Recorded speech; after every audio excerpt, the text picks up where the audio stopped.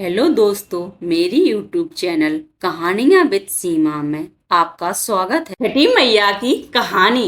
पौराणिक मान्यताओं के अनुसार प्रियव्रत नाम के राजा थे, जिनकी पत्नी का नाम मालिनी था। उनकी कोई संतान नहीं थी।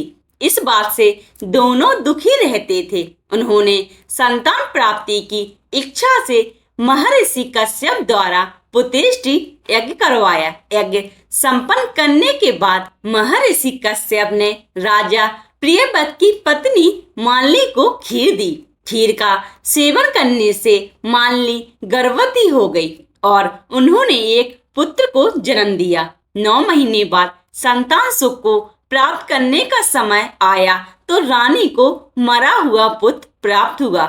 इस बात का पता चलने पर राजा को बहुत दुख हुआ। संतान शोक में उन्होंने निराश होकर आत्महत्या का मन बना लिया। जैसे ही राजा ने आत्महत्या करने की कोशिश की, उनके सामने भगवान की मानस पुत्री देवसेना प्रकट हुई। उन्होंने राजा से कहा, मैं षष्ठी देवी हूँ और मैं लोगों को पुत्र का सौभाग्य प्रदान करती हूँ। इसके साथ ही जो लोग मेरी सच्चे मन से आराधना करते हैं, मैं उनकी सभी मनोकामना पूर्ण करती हूँ। यदि राजन तुम मेरी विधि विधान पूजा करोगे तो मैं तुम्हें पुत्र रत्न का वरदान दूंगी।